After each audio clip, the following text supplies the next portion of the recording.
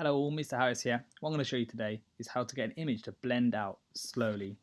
So what you'll do, select your image on Photoshop, create a layer mask, and then go to the gradient tool, shortcut G, and make sure you've got a black to white gradient. And then as long as you're on the layer mask, when you drag the gradient across the image, you'll see, according to the angle that you choose, that the image will start to fade out.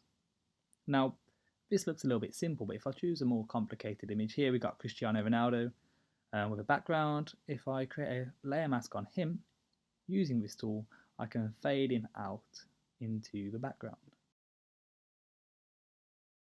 If you want to be a bit more complicated, what you can do is by selecting the gradient, you can edit it and you can add further areas of white and black to change exactly where and when your layer mask is applied.